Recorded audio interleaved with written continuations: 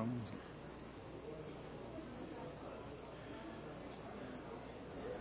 Mariana. Senhoras e senhores deputados, já inclusive com quórum para deliberação nessa sessão, nós abriremos nossos trabalhos nessa oportunidade. E antes, inclusive, da leitura de ata e ordem do dia, nós queremos aproveitar para iniciarmos estes trabalhos com essa audiência pública e, simultaneamente, aqui no Congresso, como é habitual, temos várias comissões e nós estamos pedindo assessoria para fazer os comunicados aos 14 parlamentares que já deram presença, aliás, 12 que estão em algum lugar que já deve ter começado, para também poder estar se dirigindo para aqui.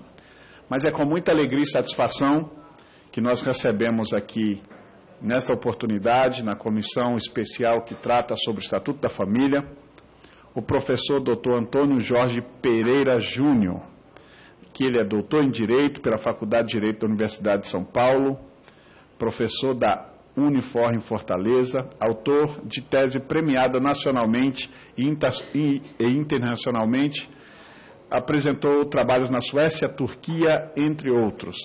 Eu gostaria de convidar, então, o professor Dr. Antônio Jorge, por favor, se dirija até a mesa e tome um lugar aqui conosco. Também, para essa audiência pública, Paulo Tominaga. Se não errei a fonética, não é? Eu já convido para também se dirigir aqui ao meu lado. É engenheiro e bacharel em Direito, especialista em desenvolvimento pessoal e familiar da Universidade Estadual de Ponta Grossa e pela Universidade de La Sabana, na Colômbia. É diretor de Relações Institucionais e membro fundador da Confederação Nacional das Entidades de Família, promove cursos, palestras, seminários e congressos no Brasil. Já participou de eventos internacionais nos Estados Unidos, na Turquia e na Espanha. Que bom que ambos palestrantes nesse dia já passaram pela Turquia. Não sei o que a Turquia os une, mas nós saberemos ao transcorrer das falas de ambos oradores. E nós vamos começar, pela ordem aqui como nos foi passado, deixando... Sim? Inverter. Ok, então, acatando o comum acordo de ambos, nós vamos começar com o professor Paulo Tominaga, que pode pegar o microfone e puxar um pouquinho para cá. Sim, relator. Não? Eu gostaria só de agradecer ao professor Antônio Jorge, agradecer ao diretor de Relações Institucionais da CNF, Paulo Tominaga, por terem atendido ao pedido, ao requerimento que apresentei aqui, aos parlamentares que aprovaram esse requerimento, e dizer da minha alegria de vocês estarem aqui e poderem contribuir com esse trabalho dessa comissão e com a nossa relatoria também. Então, muito obrigado e Deus ilumine vocês. Deputado Diego Garcia, nobre relator, só vale ressaltar que o requerimento e os convidados através do requerimento do nobre relator, que quando falou da presença de vossas senhorias, muito engrandeceu esta comissão e neste ano, ou seja, na 55ª legislatura, essa é a nossa primeira audiência pública, então vossas excelências, vossas senhorias estão aqui para abrir esses trabalhos e abrilhantar com muita alegria para nós. Então deixo aqui a palavra ao professor Paulo Tominaga. Seja muito bem-vindo, fique à vontade.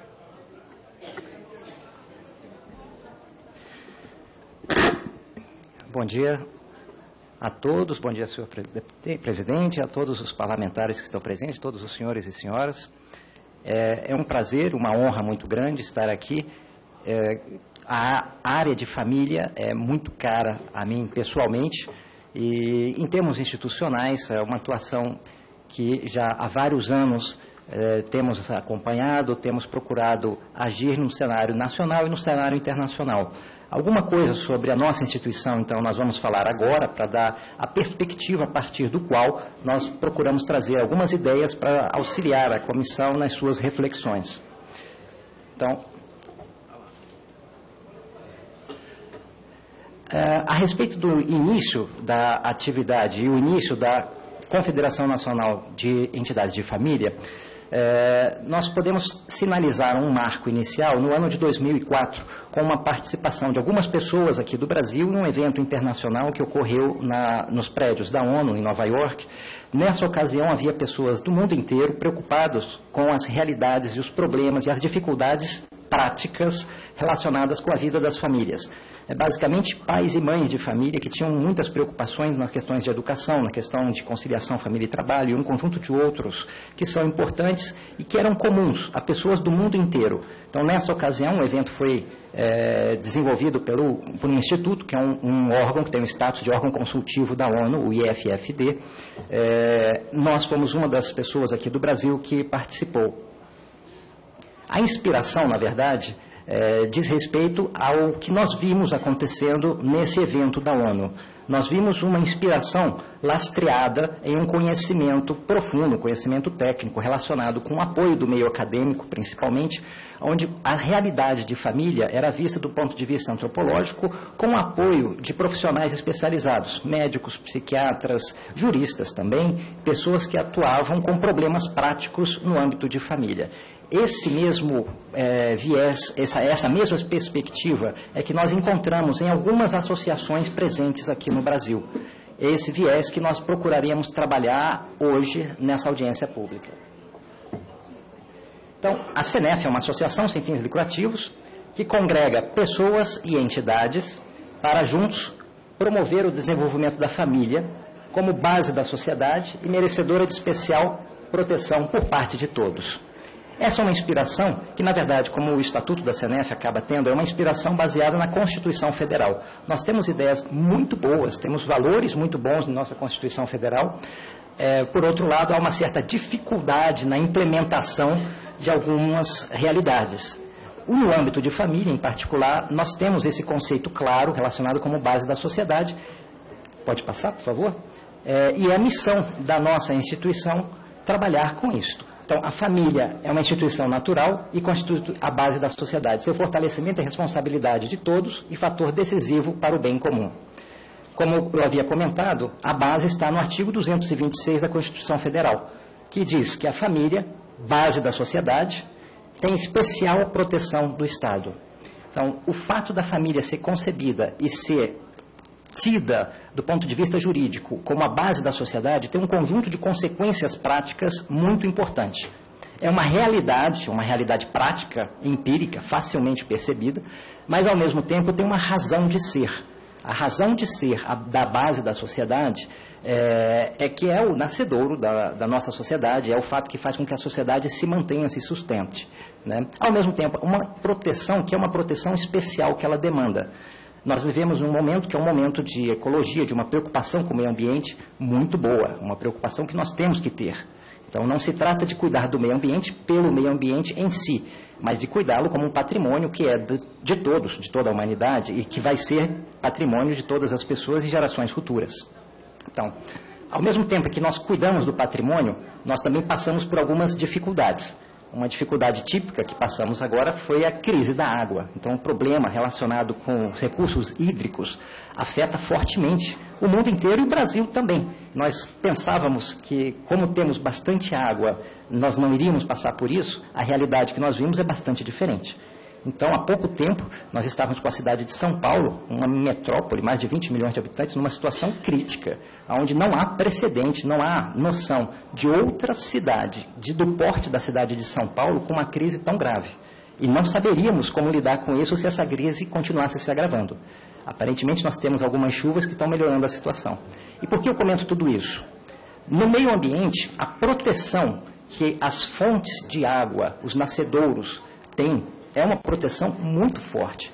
E essa proteção tem a sua razão de ser. Proteger o meio ambiente, não cuidando das matas ciliares, não cuidando das fontes de água, não faz sentido. Então, é uma preocupação que nós temos que ter com a sociedade, de cuidar do meio ambiente, de cuidar de suas fontes de vida, da origem da vida. Em termos sociais, então, essa especial proteção do Estado não é algo aleatório, também não é algo que se aplica a todas as realidades sociais que nós temos. Cada realidade tem o seu conjunto de peculiaridades e tem o seu conjunto de necessidades próprias. Essa é a base que nós temos para conceber a família como uma instituição natural e merecedora de especial proteção do Estado e de toda a sociedade. Algumas atividades, então, que essa instituição, a CNEF, promoveu. Em primeiro lugar, foi um seminário Mídia e Família. Então, sem dúvida alguma, a atuação da mídia, da comunicação social, influencia fortemente a família e, ao mesmo tempo, seria interessante que as famílias juntas também pudessem, de algum modo, influenciar os meios de comunicação social. Em certa medida, a gente vê isso acontecendo, mas em grau ainda bastante pequeno. Um seminário sobre afetividade e sexualidade foi tratado logo a seguir e participamos de uma conferência estadual, a primeira conferência estadual de juventude que ocorreu em Tocantins.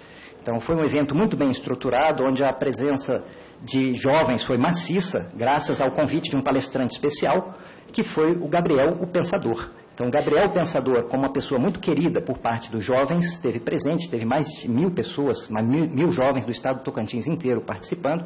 Em termos técnicos, a apresentação no âmbito de família, de questões práticas, de como se preparar para a constituição de uma família, como lidar com alguns problemas concretos na vida em família, foi feita por nós na CNEF. O segundo seminário Mídia e Família já teve um porte um pouco maior, contamos com a participação de um antropólogo, que também é consultor na área empresarial, o professor Marins, e esteve junto conosco pessoas do CONAR, o Conselho Nacional de Autorregulamentação Publicitária, ao mesmo tempo em que tivemos a participação do Ministério Público e de especialistas em orientação familiar. Essa conjugação de esforços, contando com a presença seja da sociedade civil, seja de órgãos públicos, nós vemos como algo muito positivo para as famílias como um todo, especialmente para aquelas pessoas que têm preocupações com as políticas públicas a serem implementadas e que dizem respeito diretamente às famílias. A presença do Ministério da Justiça nesse evento é um exemplo bem claro, né? A construção de um modelo de classificação indicativa, de tal forma que oriente os pais em relação aos programas que estão passando na televisão, é algo importante. As pessoas que trabalharam na construção desse modelo e os resultados que estavam sendo obtidos naquele momento foram apresentados, foram tratados nessa ocasião. Então, a integração e a preocupação que nós temos que ter quando pensamos em família, em relação à integração dessas famílias, em relação às deliberações no âmbito público, são importantes. O modelo da classificação indicativa é um modelo participativo. Tem a presença de pessoas da sociedade, pais de família, mães de família, podem estar presentes, podem contribuir nesse processo. Naturalmente, isso não é fácil. Nós sabemos, todos nós temos dificuldades em poder estar presente e cuidar de todas as demandas que temos laborais e mais as demandas no âmbito da comunidade em que estamos situados e no âmbito da nação em que participamos, da sociedade de um modo mais amplo. Mas é um espaço que precisa ser construído e uma cultura que precisa ser implementada em nosso país, uma participação cada vez maior daqueles que são os titulares diretos dos direitos que estão sendo tratados. Nesse caso em particular, estamos falando das famílias. Bom, e agora, comentando a respeito do que foi falado no início por nosso presidente, por que tanto eu como Antônio Jorge tivemos passagens pela Turquia? De fato, houve um convite formalizado por uma organização da Turquia, uma associação de jornalistas e escritores, uma entidade do terceiro setor, pelo que nós percebemos, bastante estruturada naquele país e com uma preocupação de integração, de estabelecimento de laços entre a comunidade da Turquia e principalmente pessoas das ex-repúblicas das Uniões Soviéticas com o Ocidente de uma forma mais ampla. Então havia participantes do país inteiro, incluindo o Brasil. Nessa ocasião estivemos juntos, eu e o Dr. Antônio Jorge, tratando de questões relacionadas com família. Bom, essa é só uma imagem, ok, desse evento que aconteceu na Turquia. E é interessante que lá, apenas para destacar, nesse país, a presença do Estado no âmbito de família é uma presença forte. Há uma pessoa responsável por um ministério, especificamente do âmbito das famílias. Como aqui no Brasil nós temos uma secretaria especial dedicada à mulher, Pode ser que em algum momento nós tenhamos também uma instituição do próprio Estado dedicada especificamente para as questões de família, né? Enfim, é uma realidade que nós encontramos em outros países. Há instituições, há fortalecimento de uma estrutura administrativa na Alemanha também, estreitamente relacionada com famílias. E uma realidade que pode ser uma realidade interessante para que a gente conheça. Bom, e falando em aspectos práticos, alguns desafios que existem. Um que nós participamos e nós tentamos trabalhar foi um seminário relacionado com conciliação família e trabalho, com o apoio de instituições de pesquisas aqui, e foi realizado aqui em Brasília mesmo, num campus acadêmico. Aqui na Câmara dos Deputados, então, a presença da família, a importância do tema, e daí a importância desse estatuto especificamente que nós vislumbramos, né, é destacado, e nós estivemos presentes em reuniões da Comissão de Direitos Humanos. Nesse ano, em particular, houve uma definição em relação ao plano de trabalho, colheram sugestões da sociedade, nós estivemos presentes destacando essa importância da família. Os desafios práticos estão relacionados, então, com vários aspectos. Um diz respeito à conciliação família e trabalho, que foi citado, ao uso da liberdade e autoridade, como os pais devem e podem utilizar bem a sua autoridade em relação ao processo de educação e ensinar os seus filhos a administrarem bem a sua liberdade. Isso tudo diz respeito a formar cidadãos, formar pessoas que serão pessoas responsáveis para, no futuro, e mesmo agora, no presente, jovens menos de 18 anos, pessoas de 16, 14, 12 anos, podem assumir responsabilidade em determinada medida, mas precisam saber administrar a liberdade. E é papel fundamental dos pais auxiliá-los nessa questão. Pode voltar, por favor? Na verdade, a educação dos afetos, a comunicação conjugal e o uso dos meios de comunicação e de novas tecnologias. Todas essas são realidades presentes em todos os lares. Como que eu posso ajudar, auxiliar meu filho de 12 anos, de 10 anos, de 16 anos, enfim, a utilizar um celular que tem um recurso impressionante de comunicação, um acesso a uma quantidade enorme de informações e, ao mesmo tempo, valores diversos, valores que podem estar de acordo com aqueles valores adotados pela família, como, por exemplo, respeito à solidariedade, ou valores que podem ser contrários. Se eu estiver falando de um acesso a uma mensagem que circulou durante bastante tempo, como que um jovem deve fazer para se suicidar, com ilustrações em quadrinhos muito bonitinhos, muito atraentes. Obviamente isso não é algo adequado para crianças nem para adolescentes, mas é uma realidade. Essas realidades estão presentes e é conveniente que exista alguma forma, algum mecanismo de proteção. Em relação ao Estatuto da Criança e do Adolescente, nós já temos algumas previsões. O advento de um Estatuto da Família pode contribuir para fortalecer esses mecanismos que nós temos para que os pais exerçam bem o seu direito-dever de educar os seus filhos. E, essencialmente, então, o que se busca? Para ser livre, para constituir família, é necessário ser, em primeiro lugar, senhor de si mesmo. Isto não é algo que se aprende nas escolas. As escolas auxiliam no processo de formação da administração da liberdade e nesse domínio próprio que cada pessoa precisa ter. Por outro lado, os pais, a família, exercem isso em primeira mão. É com isso que os pais exercem a sua missão essencial. E a missão dos pais é auxiliar os filhos a desenvolverem a capacidade de amar. Essa capacidade de se comprometer, de comprometer-se de uma forma efetiva, de uma forma estável. Dessa forma, conseguem constituir família. Ou se dedicam de uma forma integral a causas, a serviços humanitários e diversas outras questões. Nem todas as pessoas são obrigadas, na verdade ninguém é obrigado a constituir família. Um dos pré-requisitos que nós temos para que a família exista é a liberdade das pessoas. O que acontece na prática? As políticas públicas, em geral, têm um foco muito mais definido em relação a aspectos materiais. É mais fácil nós trabalharmos com políticas públicas com um prazo curto, resultados imediatos. As coisas são mais palpáveis, é mais visível esse tipo de trabalho. Por outro lado, quando nós trabalhamos com a estruturação da sociedade, com a proteção e a promoção da família, nós estamos trabalhando com resultados de médio e longo prazo, mas ao mesmo tempo são esses resultados que são estruturantes, que atacam não as consequências, mas as causas dos problemas. E nós vamos trabalhar um pouquinho em relação a isso agora.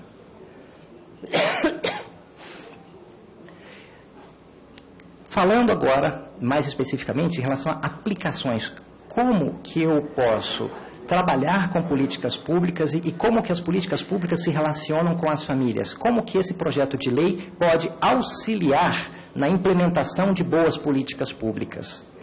Então, eu selecionei alguns campos e vou dar alguns exemplos mais ou menos palpáveis e que eu acho que são comuns a todos.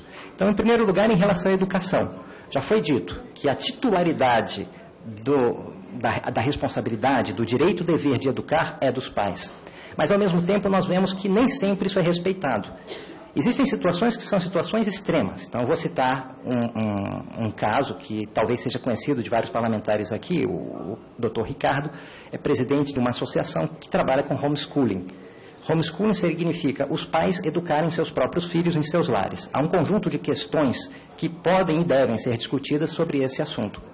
E é uma exceção. Então, na verdade, a maioria dos pais não tem condições de sozinhos promoverem a educação integral de seus filhos. A maior parte de nós conta com o apoio de escolas, de instituições de ensino oficiais, instituições de ensino privadas. Por outro lado, se eu quiser fazer homeschooling, eu posso? É um direito da família? Em outro viés, em que medida as famílias devem participar da definição e da vida acadêmica de seus filhos? Pode haver um conjunto de questões técnicas que seja mais adequadas serem tratadas especificamente por pedagogos. Outras questões que dizem respeito a valores, a essa educação, essa preparação para a vida, ensinar a amar, preparar para constituir uma família, é algo em que os pais devem estar mais presentes. Eventualmente, um conselho de famílias, algo que possa ser semelhante, é algo importante que pode ser fortalecido através desse projeto de lei. É um dos temas que eu acho importante que estejam presentes nas reflexões relacionadas com o Estatuto da Família. Bom, ao mesmo tempo, eu citei um item relacionado com distribuição de renda. No ano passado, foi o ano que se comemorou o 20º ano internacional dedicado à família pela ONU. Houve um conjunto de eventos, nós participamos de alguns desses eventos. Em São Paulo esteve presente a doutora Renata, ela é uma polonesa, o sobrenome dela, desculpem, eu não sei pronunciar, né? Mas exatamente, é o ponto focal na área de família dentro da ONU. É a pessoa mais relevante, a pessoa que se dedica a isto dentro da ONU. Nessa reunião com ela, houve uma preocupação e um interesse muito grande relacionado com Bolsa Família aqui no Brasil. O que é a realidade, como isso funciona e, na prática, como as famílias estão sendo auxiliadas por isso. É interessante a gente perceber que o Bolsa Família trabalha com distribuição de renda, sim, mas adotou como nome família. Esse nome tem em si uma carga muito forte e é uma realidade que nós temos que considerar em qualquer política pública. Nas políticas públicas principais relacionadas com a situação do governo atual, seja a Bolsa Família, seja a Minha Casa, a Minha Renda na área de habitação, são políticas públicas que consideram a realidade dos grupos sociais que convivem. Naturalmente, eles não estão preocupados essencialmente com a estrutura da família. Então, existem definições diversas, existem formas de se trabalhar com esses grupos, que são o público-alvo desses programas, que facilitam a operacionalização dessas políticas públicas. Ao mesmo tempo, as questões peculiares, as características próprias de um agrupamento podem ser diferentes de outro agrupamento. Essas peculiaridades, esse tipo de apoio específico, e aí eu entro especificamente falando agora a respeito dessa conciliação família e trabalho. Há uma fase crítica nas vidas das famílias que é a gestação. Quando estamos aguardando o primeiro filho, quando estamos aguardando o segundo filho, ou o terceiro filho, ou qualquer que seja, é uma fase especial, muito especial, não só para a mulher, mas também para o homem. Então, o apoio que as famílias precisam em relação à fase da gestação, ao nascimento de uma criança, aos primeiros anos da educação, não é à toa que nós temos uma frente parlamentar dedicada especificamente à primeira infância. E essa frente parlamentar é uma frente bastante atuante, com resultados significativos. Dentre os eventos promovidos por essa frente parlamentar, é destacada a importância dos pais, daqueles que atuam diretamente, que são os que arcam com os maiores cuidados, os maiores sacrifícios relacionados com esses cuidados das crianças pequenas. Não só pequenas, eu diria que, na verdade, todas as crianças e mesmo os adultos dão trabalho para os pais, né? Então, quem tem filho adolescente sabe disso, quem tem filhos um pouco mais velhos, quem tem netos sabe que os vínculos continuam e geram preocupações e geram uma carga de trabalho muito grande. Essa carga de trabalho precisa, de algum modo, ser distribuída pela sociedade. Então, ao mesmo tempo que eu livremente escolho constituir família e ter filhos, o esforço que um pai, que uma mãe tem para educar bem essa criança será acolhido não só por esses pais, mas pela sociedade inteira. É justo, pensando dessa forma, que a sociedade também compartilhe, apoie esse processo de educação. Isso tem implicações práticas na parte tributária, por exemplo. Nós estamos chegando perto do final do mês de abril, onde todos temos que fazer a nossa declaração do imposto de renda. É uma situação peculiar e interessante e que sempre intrigou as pessoas da CNF. Por que as pessoas casadas preferem, muitas vezes, fazer a declaração em separado, ao invés de fazer a declaração em conjunto? Na prática, nós apoiamos as pessoas a viverem separadas, não a unirem seus esforços e a terem uma diminuição, de algum modo, de sua tributação numa declaração em conjunto. A lógica qual seria? Se eu quero incentivar a estabilidade dos pais, a união da família, a perpetuação dessa realidade, apoiar de algum modo, no mínimo, eu não posso tributá-los além daqueles que estão numa situação separada. E essa é a realidade que nós encontramos hoje. Então, há, sim, um conjunto de consequências muito práticas relacionadas com esse tema, relacionada com esse estatuto, e que são objeto de reflexão por parte da comissão. Bom, pode passar. Falando muito brevemente sobre o Minha Casa Minha Vida, foi criado por uma medida provisória, já existiram 2 fases, não é objeto dessa audiência pública, mas é apenas para citar que ele existe e que é um material de divulgação relacionado com esse programa, que afeta a vida das famílias. Mas é interessante que um desses materiais de divulgação, a figura utilizada é esta, né? Uma senhora com 3 crianças, sem lar, precisando de um teto. Mas, mais do que precisando de um teto, será que não seria conveniente ela ter o apoio do seu marido, do pai dessas crianças? Nós sabemos, é uma realidade prática, é uma realidade que faz parte do nosso país, a existência de um grande número de mulheres que sozinhas tomam conta, não só de 1, 2, mas às vezes 3 crianças, né, ou mais. Agora, distribuir ou proporcionar meios para que possam ter teto é algo muito bom. Melhor ainda se a gente conseguisse proporcionar meios, recursos, políticas adequadas, não para as consequências do problema, mas para a própria causa do problema, que é essa desestruturação em relação à família. Então, mais uma vez, a preocupação que nós temos é uma preocupação bastante prática. Como que nós podemos ajudar pessoas, crianças que estão exatamente nessa situação? São pessoas que precisam de nossa ajuda. E nós podemos ajudar essas pessoas dando recursos, dando meio, dando instrumentos jurídicos para que a família possa ser cada dia mais uma realidade estável, uma realidade adequada para o crescimento e desenvolvimento dessas crianças. Bom, existem algumas questões operacionais, eu acho que não é o caso agora, eu já vou passar adiante. E eu gostaria de concluir essa primeira participação que nós temos aqui na comissão com algumas diretrizes, como se fosse uma síntese do que foi falado até agora. Em primeiro lugar, apoiar associações de famílias. São poucas, existem e atuam precariamente. Em geral, as associações se formam em torno de uma necessidade muito prática. Um exemplo que todos conhecem, as APAES. Associação de Pais e Amigos do Excepcional. Existem, são uma realidade. Associações de crianças que sofrem de fibrose cística, que tem essa característica na sua vida, a fibrose cística. Existem várias associações, existe uma associação nacional. Como eu tinha comentado, associação de famílias que se dedicam, elas próprias, a proporcionar a educação de seus filhos. É uma realidade, existem essas associações. Então, essas associações civis de famílias são associações que muitas vezes trabalham com muitas dificuldades. Apoiar, de algum modo, essas associações é fortalecer a família de uma forma direta, através daqueles que têm um contato mais próximo com a realidade social, com os problemas e que têm algumas soluções propostas e que precisam de apoio para implementar essas soluções. Como eu havia comentado, esse protagonismo dos pais na educação é algo que eu acho importantíssimo, né? Eu sei, todos estamos conscientes do Plano Nacional de Educação, que foi aprovado recentemente, e é uma questão até interessante. Alguns pontos que eram muito polêmicos foram excluídos, podem ser discutidos em outro momento. Um exemplo disso é a teoria de gênero, que foi excluído do Plano Nacional de Educação, pode ser discutido em outro momento, mas não caberia naquele momento, que seria um entrave em relação a essa política educacional e seria uma agressão em relação ao protagonismo dos pais no processo educacional. Eu já tive notícia de que, infelizmente, parece que estão tentando novamente implementar ou colocar a ideologia de gênero relacionada com a implementação de planos educacionais em estados e municípios diversos, né?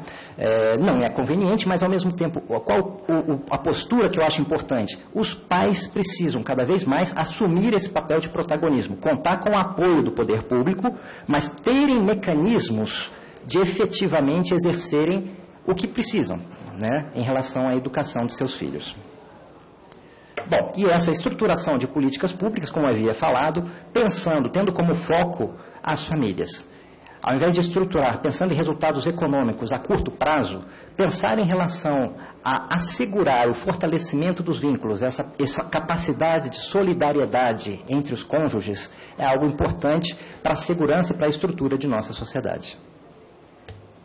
Então, são essas as ideias que eu gostaria de destacar. Eu não quis ficar preso à letra da lei em relação ao projeto que está tramitando, mas as ideias principais estão presentes, são essas ideias que permeiam o Estatuto da Família e que a nossa entidade julga serem relevantes e que nós gostaríamos de destacar nesse momento. Muito obrigado.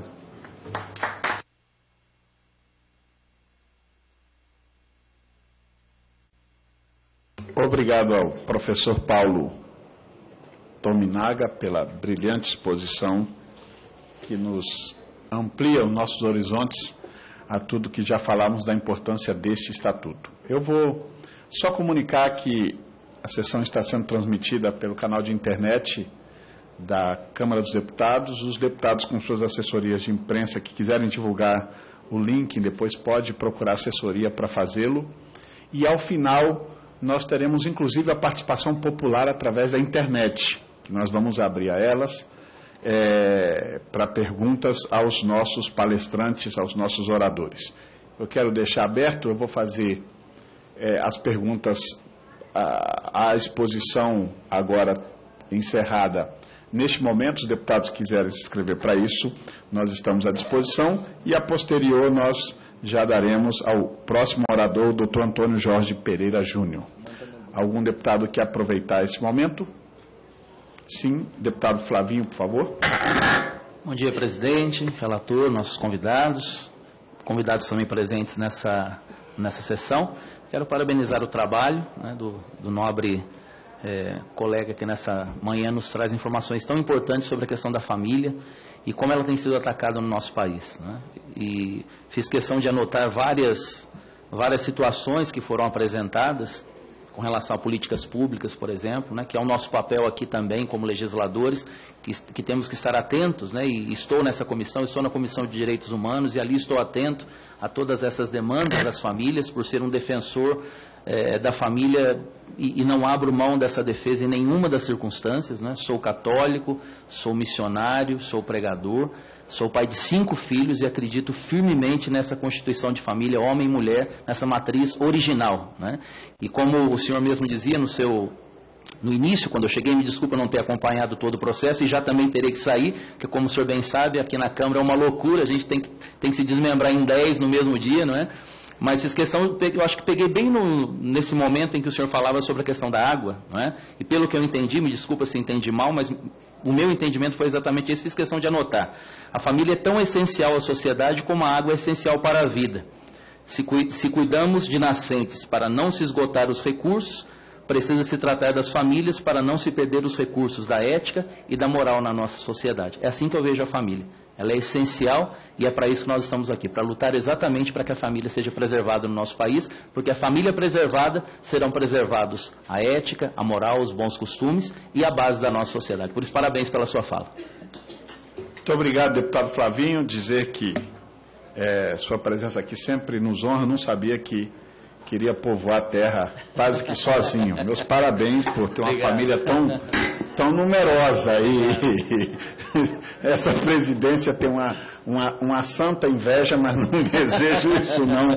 Já estou muito satisfeito com os dois que Deus me deu. Muito obrigado pela sua participação. Vamos agora ouvir também o nobre deputado Rogério Marinho, que é segundo vice-presidente dessa comissão, que a hora que quiser faço questão de que esteja na mesa conosco. Muito obrigado. A palavra com Vossa Excelência.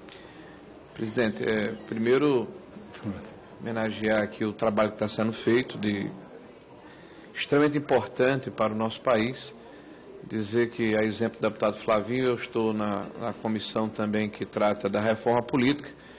Inclusive, estou sendo aqui convocado aqui porque o presidente Aécio Neves se encontra lá, o presidente do nosso partido, falando sobre a posição do PSDB, e eu precisarei me deslocar. Mas eu não poderia, primeiro, deixar de vir e depois de aproveitar o espaço, elogiando aqui o trabalho e a exposição do nosso convidado, para fazer aqui uma reflexão com os senhores, que certamente, na minha opinião, poderá ajudar na consecução dos nossos objetivos, né, que é a formalização do Estatuto da Família. Eu faço parte da Comissão de Educação da Casa há quase 8 anos e trabalhamos na elaboração do PNE.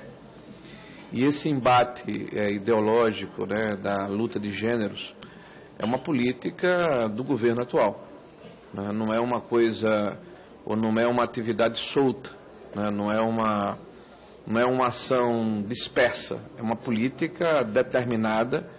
E tanto é assim, nobre convidado, que nos últimos 12 anos de governo de PT, 13, a Comissão de Direitos Humanos, aliás, o nosso presidente passou por um problema agora no início, né? De 9 a 10 vezes foi ocupada pelo PT. A exemplo da Comissão da Educação, nos últimos 12 anos, em torno de 10 vezes foi o PT que ocupou essa comissão. E note que o partido que tem a maior bancada na casa tem 3 escolhas. Então ele escolhe a Comissão de Constituição e Justiça, perdeu esse ano, e as outras 2 comissões não são as comissões de infraestrutura, de energia, não são as comissões teoricamente mais fortes, né? São as comissões onde existe a doutrinação, né? Então é uma estratégia pensada por um partido político que tem um projeto de poder, respeitando, evidentemente, aqueles que pensam diferente da gente.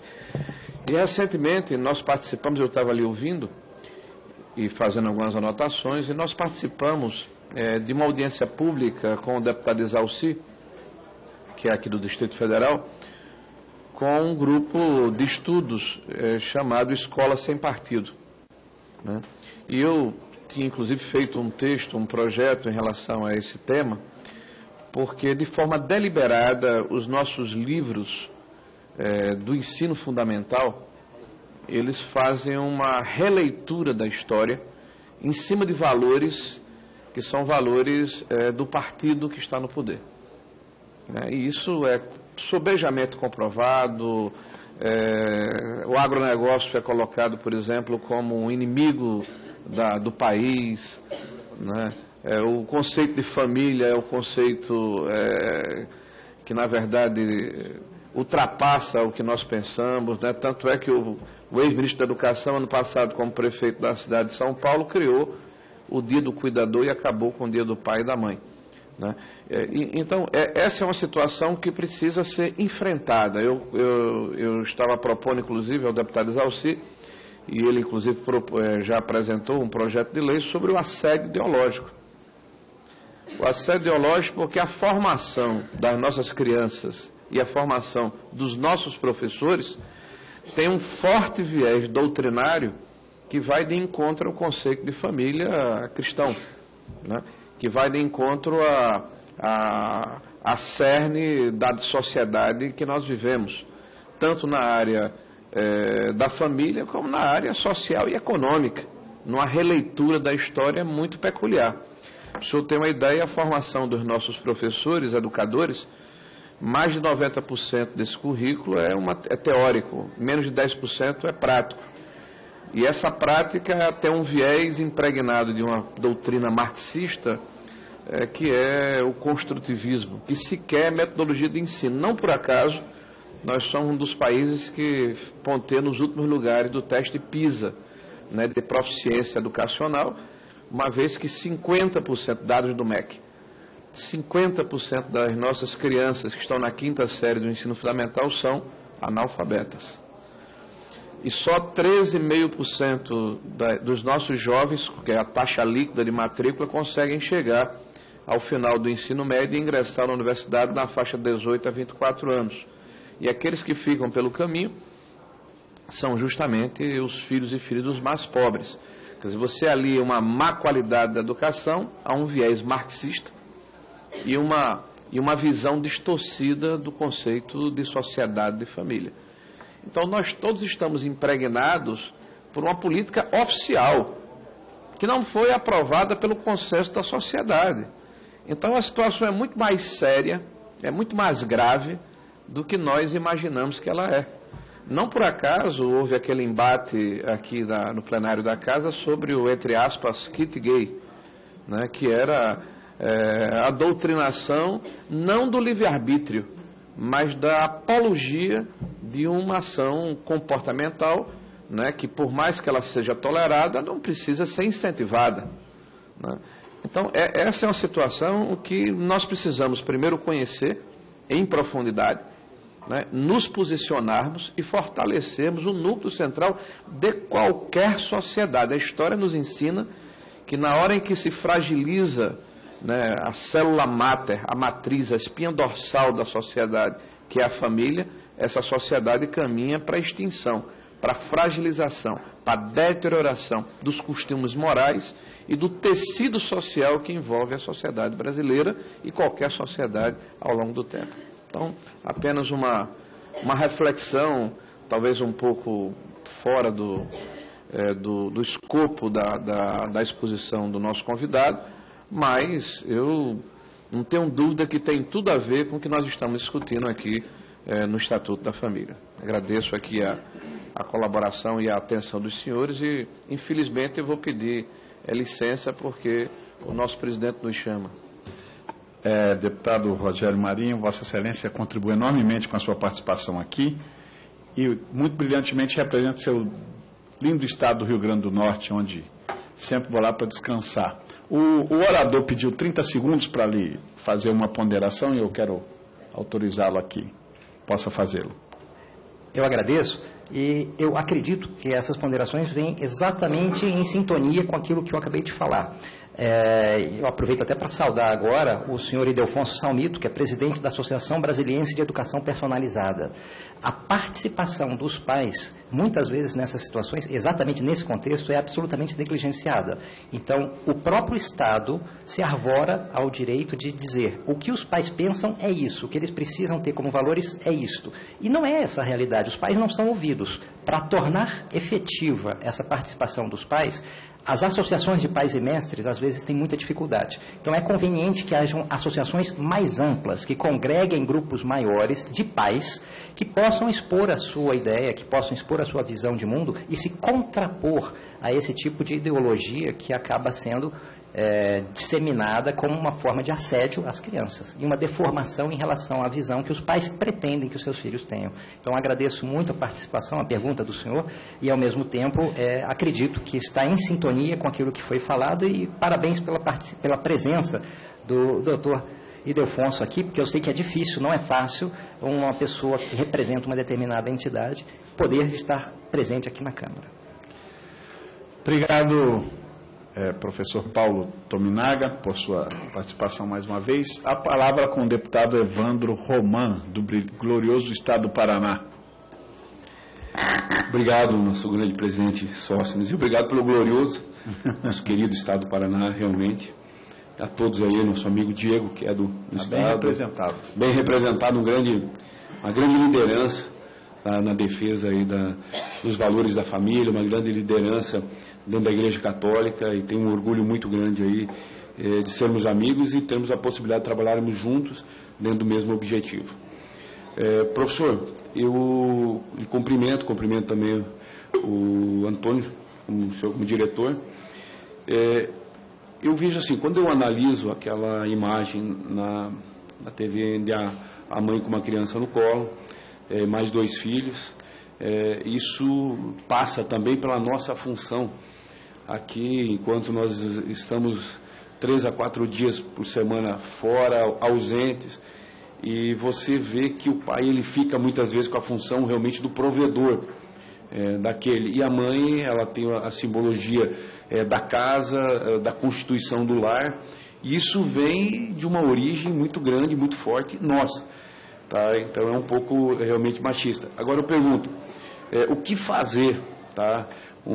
Para que isso seja realmente revertido, tendo um entendimento de que a criança na primeira infância, tá, que vai os seus 2 primeiros anos de vida, todo o afeto é construído praticamente dentro daquele período, toda aquela relação forte com o pai também é construída, e eu falo que bem hoje, a minha filhinha Maria Eduarda Roman completa 1 aninho de vida e eu não posso estar com ela, vamos ter que comemorar no domingo. Então tudo isso cria para nós o entendimento que temos valores da constituição e da elaboração realmente de uma família sólida, que você quer estar presente, e isso nós nos autocobramos muito.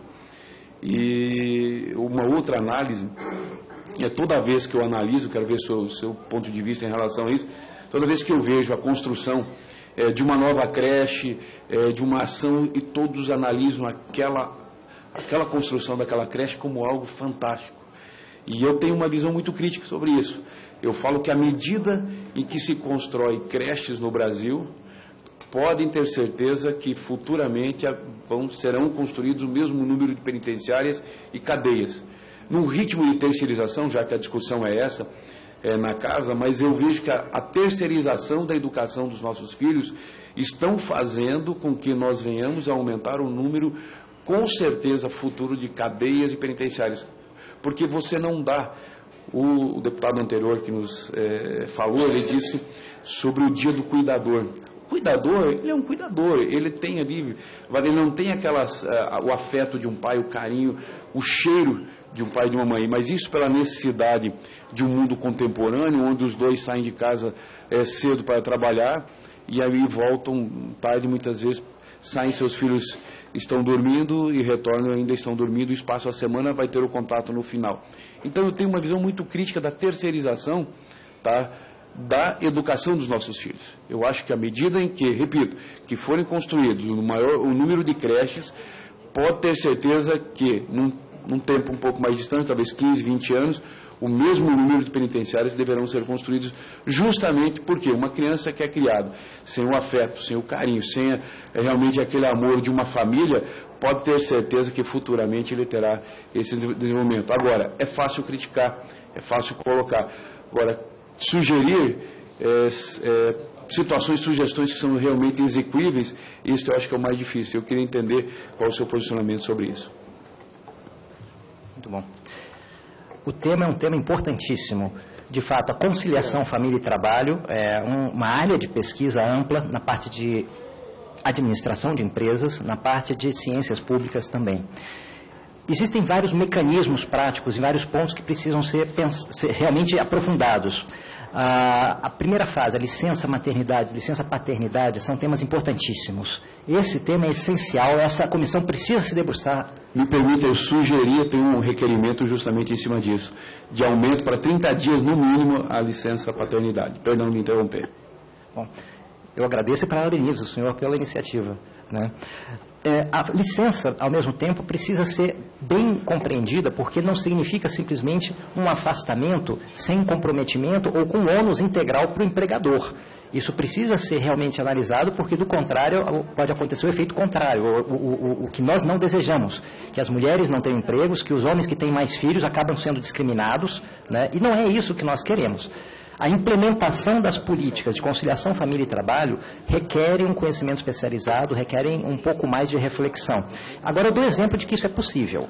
Então, na Espanha, no ano passado, teve um seminário realizado em Barcelona, nós participamos, várias pessoas estiveram presentes. Houve um destaque muito grande para pesquisas realizadas pela professora Núria Tintila. É uma pesquisadora que se dedica à conciliação família e trabalho no âmbito feminino, essa conciliação de uma forma ampla. Um dos destaques e um caso que foi apresentado por lá foi de uma pesquisadora, uma professora aqui da Argentina, onde ela citou o exemplo do Walmart. Eu confesso que eu tinha um certo preconceito em relação à empresa, mas a visão que ela trouxe em relação à atuação dessa empresa lá na Argentina foi muito positiva. Um exemplo concreto de aumento da licença paternidade espontaneamente. Não foi pela legislação, foi uma prática adotada pela empresa para manter os bons empregados. Eu morei lá 8 anos e posso dar testemunho da veracidade. Muito bem. E, ao mesmo tempo, eles implementam uma ampliação de uma meia jornada de trabalho durante os 30 dias seguintes ao nascimento, sem redução de salário. Esse tipo de política faz com que as pessoas queiram trabalhar nessa empresa e ela consiga manter os melhores trabalhadores que estão disponíveis no mercado nos seus quadros. Então, não é um interesse meramente ideológico ou uma questão de favorecer a sociedade sem contrapartida. Pelo contrário, os empresários sabem que há contrapartida e fazem isso. Então, nós precisamos pensar, em termos de política pública, como que auxiliamos, ou como podemos auxiliar mais esses empregadores, esses empresários, né? Bom, o horário de trabalho mais flexível, o compartilhamento de atividades é outro exemplo, onde uma atividade possa ser feita não por uma só pessoa, mas por 2 pessoas, e essas 2 pessoas combinam qual o horário mais adequado de cada um trabalhar, ou que um trabalhe 2 dias na semana, outro trabalhe 3, enfim, essas coisas geram uma continuidade no atendimento às necessidades e aos serviços que a empresa requer, e ao mesmo tempo possibilitam uma maior flexibilidade para que as famílias possam estar nos momentos necessários junto com seus filhos. Parabéns pela filha do senhor. Queridos, nós vamos agradecer aqui a presença já dos novos deputados que já estão conosco, Josué Bengston, que representa o brilhante e glorioso estado do Pará, a terra do açaí, o melhor açaí do Brasil está lá, e também o nobre colega que representa muito bem o PSDB nessa casa. Alfredo Kaifer. Alfredo Kaifer, desculpa. Obrigado pela presença. Nós temos mais um orador, mas como eu já havia dito que está sendo transmitido pelos canais de comunicação da casa essa audiência pública, e nós daríamos direito a uma pergunta ao final, eu vou fazer a pergunta e já vamos ouvir o próximo palestrante, mas dizer que agradecer a todos que nos assistem por esse canal de comunicação, inclusive aqueles que ainda não entenderam o que é o projeto de lei do Estatuto da Família, porque tem uma avalanche de pessoas que não sei porquê, eu acho que deveriam produzir outro tipo de legislação. O projeto de lei do Estatuto da Família, ele é claro, ele vem referendar o que já estabelece na Constituição brasileira. Esse projeto não está inventando nenhuma fórmula. A Constituição brasileira define a família como a base social e como homem e mulher. Se existem outros interesses de modificar o texto constitucional, não é um projeto de lei que o faz, e sim um projeto de emenda constitucional. Então, eu quero esclarecer aqueles que nos assistem pela internet de que, se existe interesse em modificar esse texto, não é aqui que será feito, porque não é através desse instrumento chamado projeto de lei, e sim de um projeto de emenda constitucional. Quem quer mudar esse contexto constitucional, que procure os seus defensores aqui nessa casa para que elaborem e que botem em votação. Não é aqui o local para essa discussão. Portanto, eu vou fazer uma das perguntas selecionada pela assessoria, que diz ao coordenador, algumas instituições religiosas realizam projetos em prol da família, como encontros de casais, encontros de jovens, seminários. A CNEF reconhece esses trabalhos? Há algum projeto de apoio a essas instituições que muitas vezes trabalham de forma independente? Essa foi uma pergunta feita por um anônimo, por isso nós não temos como divulgar aqui o nome dele, que eu pediria inclusive àqueles que fizerem perguntas, que se identifiquem o seu estado, sua cidade e o seu nome, por favor. Muito obrigado. De fato, a realidade que nós temos hoje é que o número de associações civis desvinculada de instituições mais fortes, como, por exemplo, escolas ou confissões religiosas, né, seja a Igreja Católica, seja a Igreja Protestante, sejam várias denominações religiosas, são poucas. Nós temos várias atividades sendo exercidas no âmbito em prol da família por instituições, de um certo modo, vinculado a uma instituição confessional. Especificamente em relação à SENEF, nós não somos confessionais. O nosso âmbito de atuação é o âmbito da sociedade civil, porque nós queremos congregar pessoas diversas, independente de credo, mas que compartilhem essa visão de mundo, da importância da família como base da sociedade. Então, por outro lado, nós temos vários recursos acadêmicos gerados em várias pesquisas, como acabamos de falar agora, relacionado com a conciliação família e trabalho, que são questões absolutamente práticas, que requerem uma pesquisa, um aprofundamento maior, uma reflexão maior, mas que não necessariamente estejam vinculadas a questões religiosas. Então, essa é a visão que nós temos, e eu acho que é uma sugestão que eu dou também, é que a abordagem das reflexões feitas aqui no âmbito da comissão possam procurar adotar cada vez mais esse âmbito mais acadêmico, mais científico, lastreado em estudos e pesquisas que nós temos, que é o que nós precisamos e que é a realidade que demonstra aquilo que foi falado durante essa audiência toda. Fugir do senso comum, né, e partir mais para uma ação de ciência e mostrar realmente o efeito que isso dá na vida de um adulto enquanto foi gerado na infância, principalmente na primeira infância. Exatamente. Desculpa, eu tinha avisado que já íamos passar ao próximo orador, mas o presidente esqueceu, o relator, que tinha 2 perguntas a fazer, e quero corrigir e aproveito esse momento agora, o ilustre deputado Diego Garcia. Senhor Paulo Dominaga, o senhor falou sobre a dificuldade de conciliação de família e trabalho. O que o senhor tem visto como boas práticas que possam valorizar a família nessa relação com o mundo? Essa é a minha primeira pergunta. A segunda pergunta é que o senhor falou também sobre a importância do bom uso dos recursos tecnológicos pela família.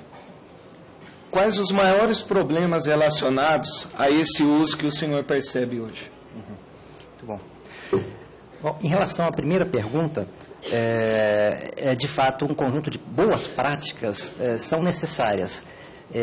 Por coincidência, essa pesquisadora da Argentina tem uma publicação em parceria com o Walmart, de um instituto de pesquisa que eles têm por lá, de boas práticas empresariais, que a principal finalidade deles é divulgar isso entre outras empresas, para que essas empresas adotem essas práticas. Mas essencialmente estão relacionadas com essa flexibilização, seja de horário, seja em relação ao local de trabalho. Então, teletrabalho é uma realidade hoje relativamente comum, mas ao mesmo tempo que é mal compreendida. Muitas vezes as pessoas entendem o teletrabalho como uma pessoa que não quer trabalhar, o que é falso, principalmente em termos intelectuais, de produção intelectual, né? Bom, mas, enfim, existem essas práticas, existem essas pesquisas, esse foi um exemplo que eu citei, poderia dar outros, como foi o caso da licença maternidade, licença paternidade, algumas licenças especiais relacionadas com a vida acadêmica de nossos filhos. Então, uma festinha que tem uma criança de 2 anos, ou Dia das Mães, ou, enfim, algum evento importante que aconteça na escola. Será que a mãe que trabalha não deve estar presente, não pode estar presente? É conveniente que esteja, é conveniente para a sociedade como um todo que ela esteja. Então, nós precisamos pensar um pouquinho como que essa flexibilização pode ocorrer sem que haja prejuízo em relação ao lado do empresário. Por outro lado, relação agora, falando mais em relação à segunda pergunta, né? Nós temos uma realidade mais complexa no âmbito de família.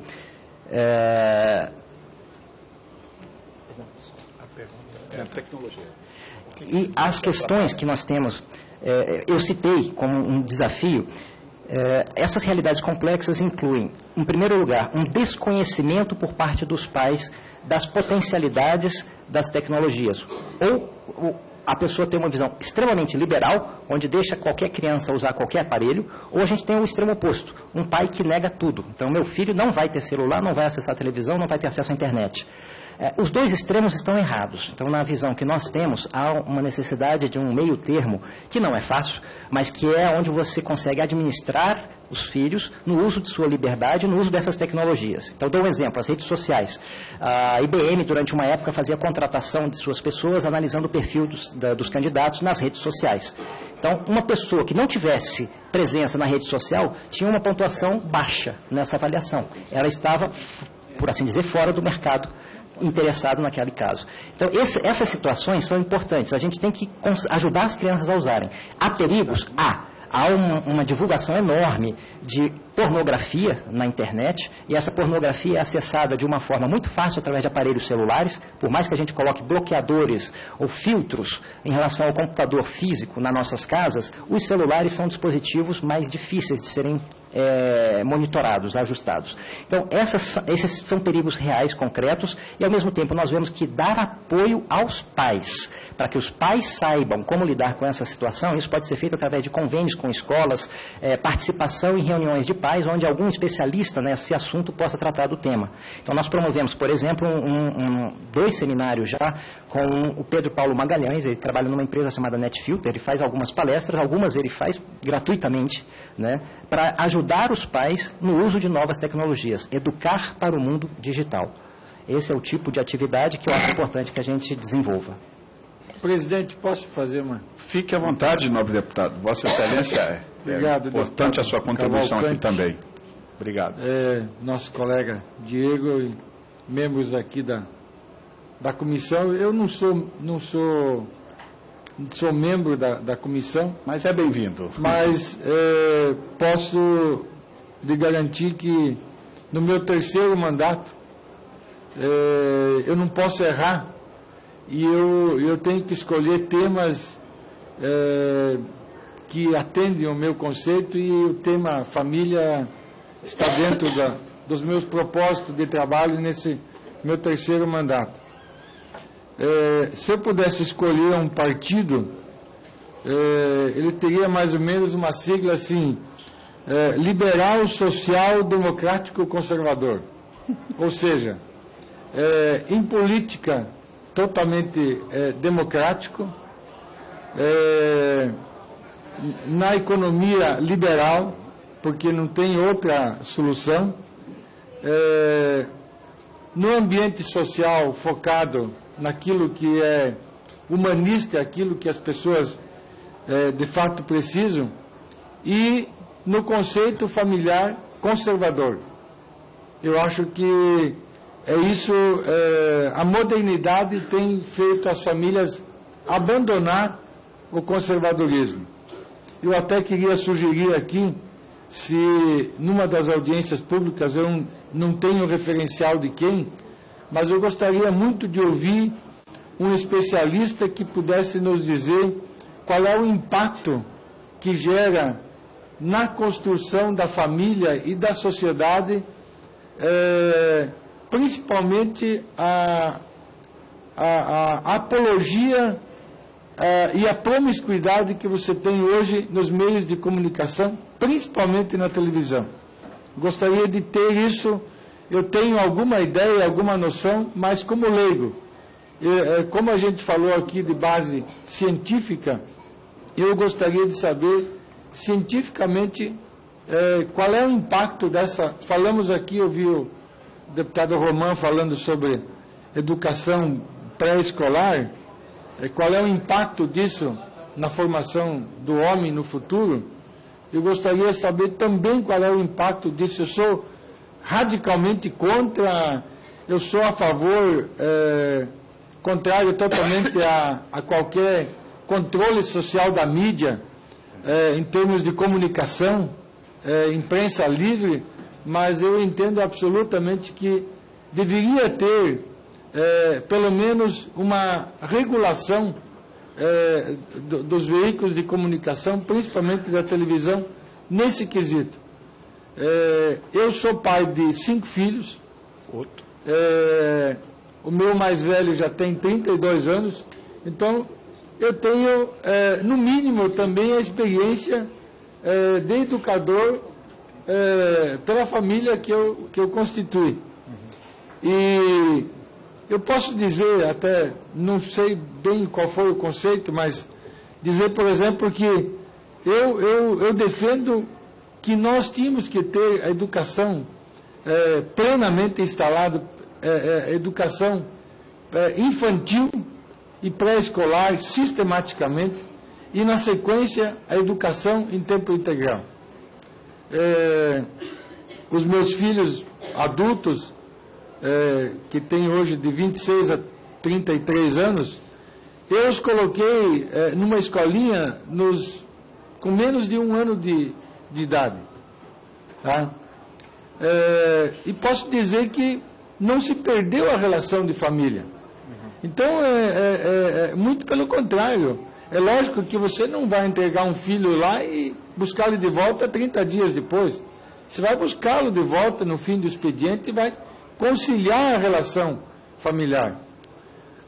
Nós participamos, inclusive, aqui, na minha primeira legislatura, está pronta para ir para o plenário, uma comissão especial da qual eu participei, de um projeto de um paranaense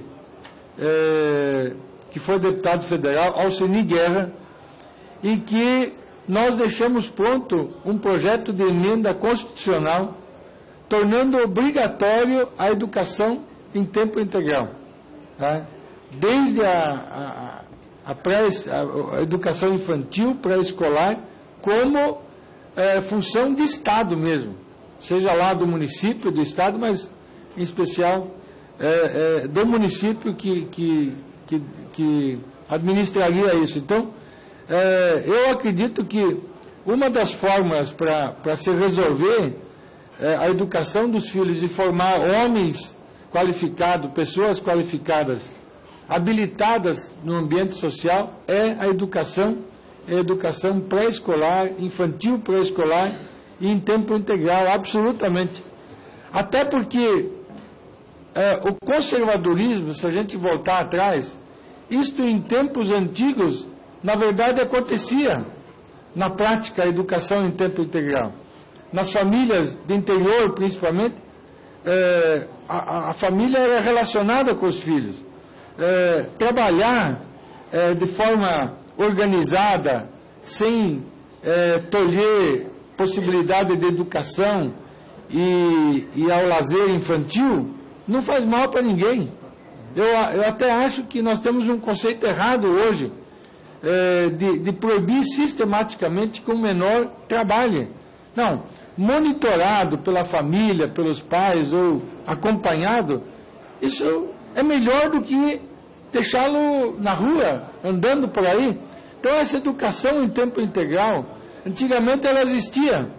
O pai levava o filho para a roça, ia para a escola, meio tempo trabalhava. E isso nós temos que hoje sistematizar. Tá? Porque nas grandes cidades, nas periferias, nas favelas das nossas cidades, os filhos são literalmente abandonados. Então é melhor que eu tenha uma escola para que ele esteja abrigado do que ele ficar em casa, ou meio tempo, à mercê da rua. Tá? Ele vai ser educado muitas vezes por traficantes, por marginais e assim por diante. Né? Então eu penso que a gente tem que voltar um pouquinho atrás na estrutura familiar e nós temos que ser um pouco, vamos chamar assim, menos avançados na modernidade e ser um pouco mais conservadores, porque a história da humanidade nos ensinou como a gente tem que fazer para educar um filho e transformá-lo num homem decente. E hoje a gente abandonou essas práticas. Tá? Nós deixamos os filhos assistir novela desde tenra idade. Eu quero contar aqui eu vejo mães, senhoras aqui, quero dar um depoimento, por exemplo, que eu tive com uma filha minha que tem hoje 18 anos. Eu tenho uma segunda família e nós estamos juntos há 20 anos e nós tomamos como base que a gente não assistiria a novela. Tá? E eu não deixei a minha filha assistir nada de pornografia, nada de novela. E qual é a avaliação que eu consegui fazer isso, Romano? A minha filha teve um atraso na situação sexual dela de quase 2 anos em relação às amiguinhas dela. Por quê? Porque ela não foi estimulada, não foi... Tudo bem, pode ser antiquado, carola e tal, mas eu preservei a minha filha.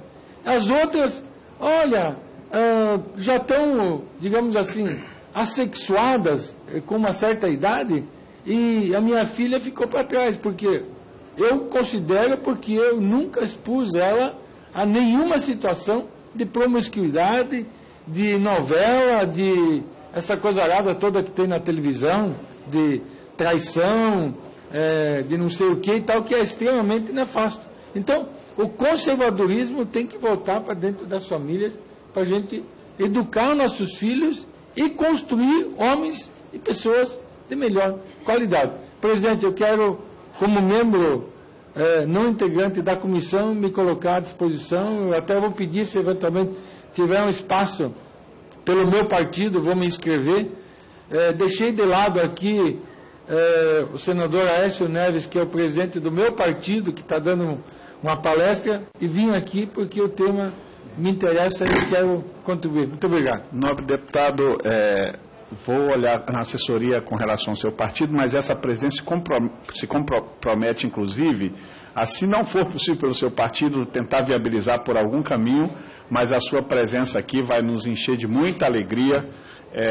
E um homem com 5 filhos como Vossa Excelência, você é o segundo orador que vem aqui com 5. Eu já disse que, a continuar dessa forma, nós vamos aumentar a população brasileira. Parabéns por essa tamanha inspiração e desafiadora para nós, que somos de uma geração um pouco mais conservadora, que temos 2, no máximo 3 filhos. Parabéns a Vossa Excelência. Eu passo a palavra ao nobre relator, que quer fazer a apresentação de alguns convidados, e depois nós já vamos à próxima palestra, ao próximo palestrante dessa manhã. Só queria registrar, senhor presidente, a presença da Benaí Domingues, que é presidente da Ação Mulher Progressista, trabalha em defesa da família aqui no Distrito Federal, e veio aí com outras colegas aí, militantes aí dessa causa também. Então, que Deus abençoe vocês. Muito obrigado pela presença à nossa comissão, e sintam-se à vontade de, nas próximas audiências, de também fazerem parte, estar presente aqui conosco. Obrigado a vocês a presença também, nos sentimos muito honrados, e voltem sempre. Essa comissão está de braços abertos a vocês, que tão bem representam, combinado, tão bem representam essa instituição aqui nessa audiência pública. Eu quero agradecer aqui ao Paulo Tominaga, pela brilhante palestra, esclarecedora. Eu fiz um monte. Depois da sua palestra, eu acho que eu tenho aqui pelo menos para uns 10 requerimentos, que eu não falo muito, eu presido, mas muito esclarecedora. Parabéns pela dedicação a essa causa e a responsabilidade técnica com que conduziu sua exposição. É disso que esse parlamento precisa. É disso que o Estatuto da Família, que, permitindo Deus, esse ano nós vamos aprová-lo aqui nessa comissão, encaminhá-lo, inclusive, se possível, para o plenário da Casa, e nós entregarmos essa resposta à sociedade brasileira. Eu quero agora convidar o professor Dr. Antônio Jorge Pereira, que tem 20 minutos aqui para decorrer sobre a sua palestra e trazer a sua contribuição a essa comissão. Bom, bom dia a todos e a todas. Então, eu agradeço a oportunidade de estar presente nessa audiência pública. Deputado Sóstenes Cavalcante, deputado Diego Garcia. Tenho a satisfação de encontrar outros 2 deputados, Evandro Gussi, que já é um colega conhecido de longa data, e o deputado Alain Henrique, que conheci hoje mesmo, conterrâneo, porque eu nasci no Acre também. Nasci no Acre como ele, depois me criei em São Paulo e estou atualmente em Fortaleza, sendo professor do PPGD da Unifor, Programa de Pós-Graduação da Universidade de Fortaleza, onde oriento mestrado e doutorado naquela casa. Então, a satisfação de estar com todos aqui. Eu vou pedir para a Amélia até passar adiante o seguinte, Amélia. Eu vou pular, razão do tempo, vou direto para o segundo conjunto, por favor. Bom, a minha ideia, basicamente, era falar um pouquinho, tratar um pouquinho do tema conceitual que é adotado no próprio Estatuto da Família. E a ideia parte daí por quê?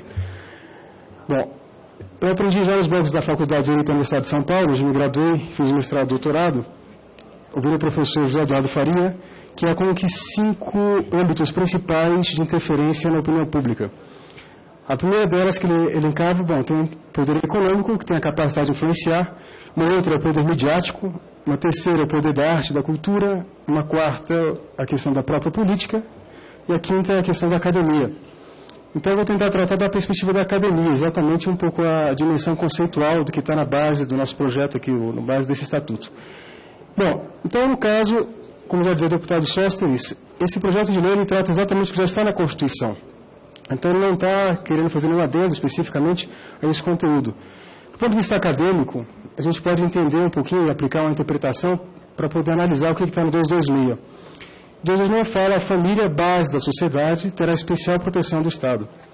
É interessante localizar esse artigo 226 no título 8º da Constituição Federal. Como está no título 8º da Constituição Federal, chama da ordem social. Portanto, não é uma temática tratada sobre a perspectiva inicial do artigo 5º dos direitos e garantias fundamentais, que tem um foco primordial no indivíduo. Aqui no caso da ordem social, parte do interesse da própria sociedade enquanto tal. Então ela acaba definindo aquilo que será mais importante na perspectiva de dar eventualmente uma atenção diferenciada. E vem a expressão também especial proteção. Antes de falar da especial proteção, a própria base da sociedade, academicamente falando, cientificamente, a gente pode interpretar como conditio sine qua non, condição sem a qual não há sociedade. Então, a família, enquanto condição sem a qual não há sociedade, terá especial proteção. A palavra especial proteção guarda sentido com o quê? Uma proteção diferenciada e restrita. O especial se difere do geral, né? Portanto, qualquer um de nós, qualquer associação civil, qualquer tipo de parceria que queiramos criar, gozam de uma proteção geral. A família delineada como base da sociedade civil terá especial proteção, ou seja, haverá algo a mais que será garantido a ela. Eu acho válido o projeto que está sendo agora examinado, exatamente que trata disso. Criação de um conselho de família, por exemplo, de diversos níveis de poder, municipal, estadual e federal, que possa acompanhar a criação e execução das políticas públicas. O que já acontece na área de criança e adolescente, que é uma área também onde eu tratei. Meu mestrado, meu doutorado envolve família, criança e adolescente, nos dois casos. Então, a partir daí, eu acho interessante realmente que se traga para esse âmbito infraconstitucional, um tipo de regulamentação inicial do 226, e a partir desse cria esse conselho, que eu acho louvável essa ideia, além de outros eventos que estão previstos e que possam vir a ser acrescidos no próprio projeto de lei. Bom, então, nesse contexto base da sociedade, né? Então, a gente tem condição sem a qual não existe, e a especial proteção. Eu chamei a atenção ao fim desses slides do professor Pier Paolo Donati, um professor titular de Sociologia na Universidade de Bolonha, na Itália, que tem vários estudos sobre a família e fala da família como uma entidade relacional, fundamental, nessa perspectiva. E esse professor também ele comenta que há outras figuras que são assimiladas à família, por metáfora ou analogia, mas que com ela não se identificam exatamente porque não tem essas notas, né, de autopoiese da própria sociedade civil. Eu falo autopoiese em que sentido? Adotou nosso constituinte o modelo, né, a partir da definição, por entrar para o slide seguinte, né, que a gente fala do casamento, da união estável, da filiação e paternidade. Se a gente notar, o casamento na união estável, conforme consta na Constituição Federal, são os elementos que falam da reconstrução autopoética da sociedade civil, ou seja, a capacidade natural de geração. E é isso que está consubstanciado aí. Então, para falar que é base da sociedade, condição sine qua non, ora, o que é aquilo sem qual não há sobrevivência da sociedade civil? A própria reprodução humana e a própria criação dela. Então, a procriação e a criação. Então, está contemplado, de certa forma, na Constituição Federal exatamente isso, dois elementos sem os quais não se preserva a sociedade civil. E aí é se dizer que aqui está composto, portanto, a unidade familiar fundamental do tecido social, né? Então, a essa unidade será garantida essa especial proteção. Então, isso não impede que se possa, do ponto de vista político, buscar-se criar outros estatutos que possam defender outras categorias de relacionamento humano, não é? Mas a Constituição deu, nesse momento, destaque àquilo que seria a conditio sine qua non, sem a qual não sobreviveria a própria sociedade, e a ela promete essa especial proteção, né? Esse seria o quadro. Academicamente, o que se nota no Brasil que vem se dando, e a gente pode dar um salto no tempo slide seguinte, já estamos aqui. O que acontece? Se fala muito que, atualmente, a gente é comum ouvir que a afetividade é um elemento essencial da família. Não é isso que está na base da Constituição Federal. E, de certa forma, também não é no próprio direito. Por quê? O direito trabalha com elementos subjetivos e elementos exteriores, não afeta a dimensão interna. Então, seria inadequado que o direito tomasse por base de elemento substancial para tutelar uma relação jurídica a afetividade. E por quê? Porque exatamente não há, a afetividade ela varia. A própria palavra afeto diz que eu sofro afeto, eu sou passivo. O que o direito de família leva em consideração? Principalmente o comportamento, a declaração de compromisso e o fato eventual, o fato do nascimento. Se a gente notar, esses 3 elementos estão presentes aqui. No casamento, a declaração negocial de vontade, de compromisso, e o juiz de paz pergunta, no ato do casamento, você declara que o faz de livre e espontânea vontade, tem ciência dos compromissos que se assumem? Portanto, uma declaração. A união estável é um fato acontecido que está externado num comportamento objetivo a ser reconhecido. E no caso da filiação, o fato da geração em si, ou da adoção, o que seja. Então, o direito ele trabalha com fatos externos e não com fatos internos. E o afeto, por ser uma dimensão, no caso, passiva, a gente não tem nós não temos capacidade de escolher, digamos assim, o nosso gosto, digamos assim. Eu posso planejar desenvolver mas eu não consigo falar, goste a partir de agora de abobrinha, passe a gostar de imediato de macarrão, passe a gostar agora de giló. Você não pode dar um comando a si próprio para gostar. Eu posso até comer, poder liberação pessoal, mas não posso gostar a partir daí. O afeto tem essa natureza. Eu não posso imperar sobre o afeto. Tem um afeto. Então, o direito não poderia, nesse caso, equiparar o afeto à declaração negocial de comprometimento, que vai gerar vínculo e vai gerar responsabilidades gravosas que vão perdurar mesmo quando aquele vínculo se rompe. A sombra da solidariedade do casamento permanece. O ex-cônjuge pode, se ter necessidade, pleitear perante o outro uma pensão de auxílio. E para sempre será assim. No caso também do divórcio, o vínculo permanece na sombra em razão dos vínculos com a afinidade, o sogro e a sogra. Há um impedimento matrimonial permanente que não se apaga. Então a gente percebe que a solidariedade criada aqui permanece a despeito de tudo. Então fala-se muito da afetividade, e não é adequado no estudo acadêmico científico falar que a afetividade que é o núcleo da família, porque não é, há um dever de solidariedade que é criado aqui. Né? Então nada impediria que eventualmente se pensasse no estatuto, num novo diploma, que viesse a contemplar outras relações solidárias que pleiteassem uma proteção também diferenciada. Né? Isso seria um capítulo a se abrir, né, a quem queira defender outras situações. Né? Eu até pensava, né, relações românticas de pessoas do mesmo sexo, relações entre amigos, relações entre parentes. Então, por exemplo, a relação que há, no caso, 2 amigos que não têm relação romântica entre si, mas de fato convivem há muito tempo, um dá suporte ao outro. Poderiam pleitear que o Estado reconhecesse a eles um tipo de dependência, para efeitos previdenciários, etc., etc.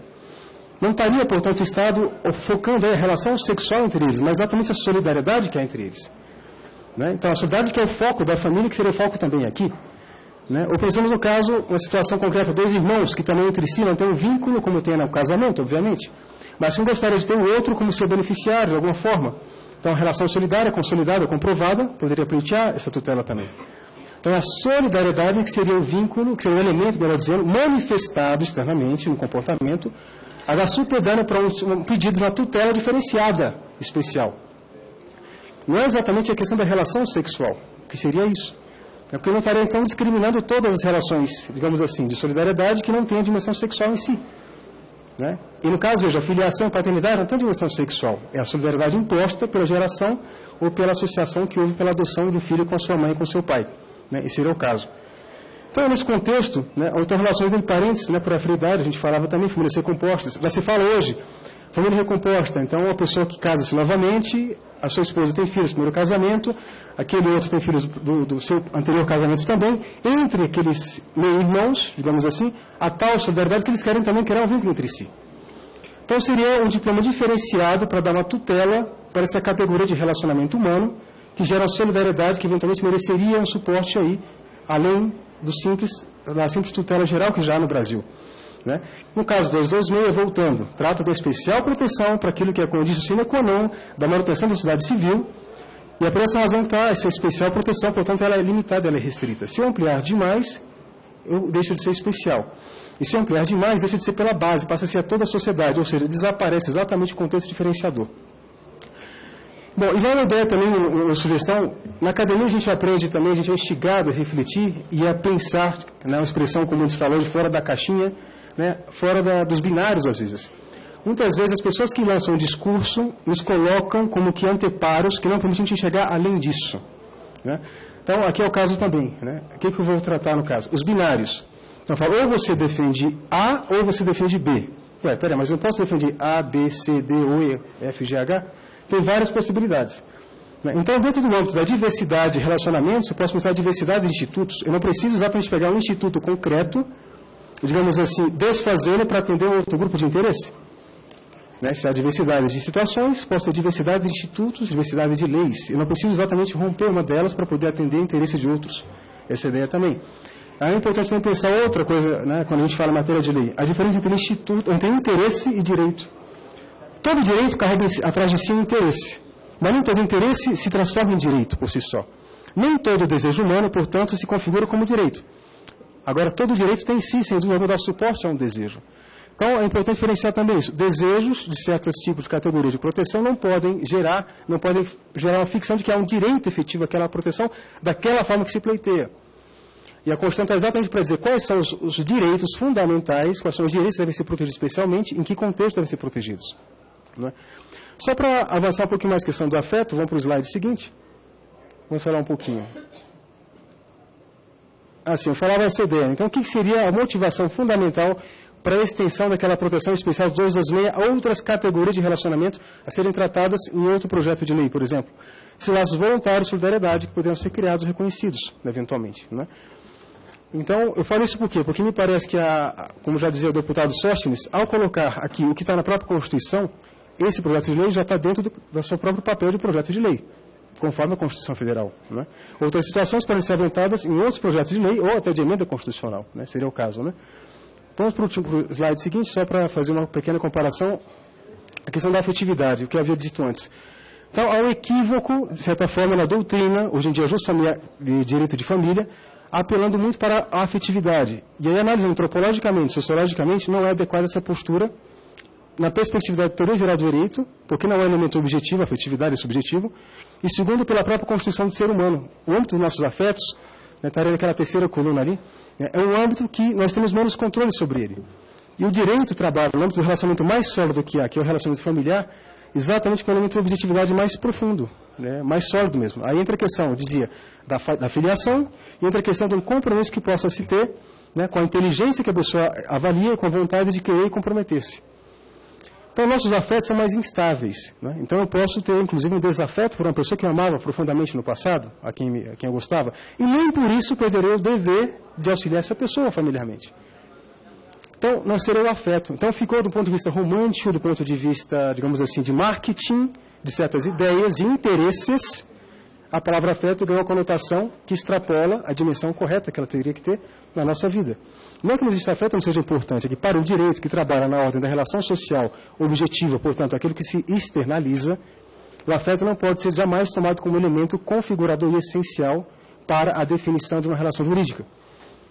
Na própria filiação ou na adoção, na socioafetividade, o que se procura ver? Se há um comportamento, digamos, daquele pretenso pai, aquela criança quem ele criou, no Nordeste comum, quando ele pegou para criar, se há já um comportamento objetivo que delineia essa atitude de ter aquele como pai e ter aquele outro como filho.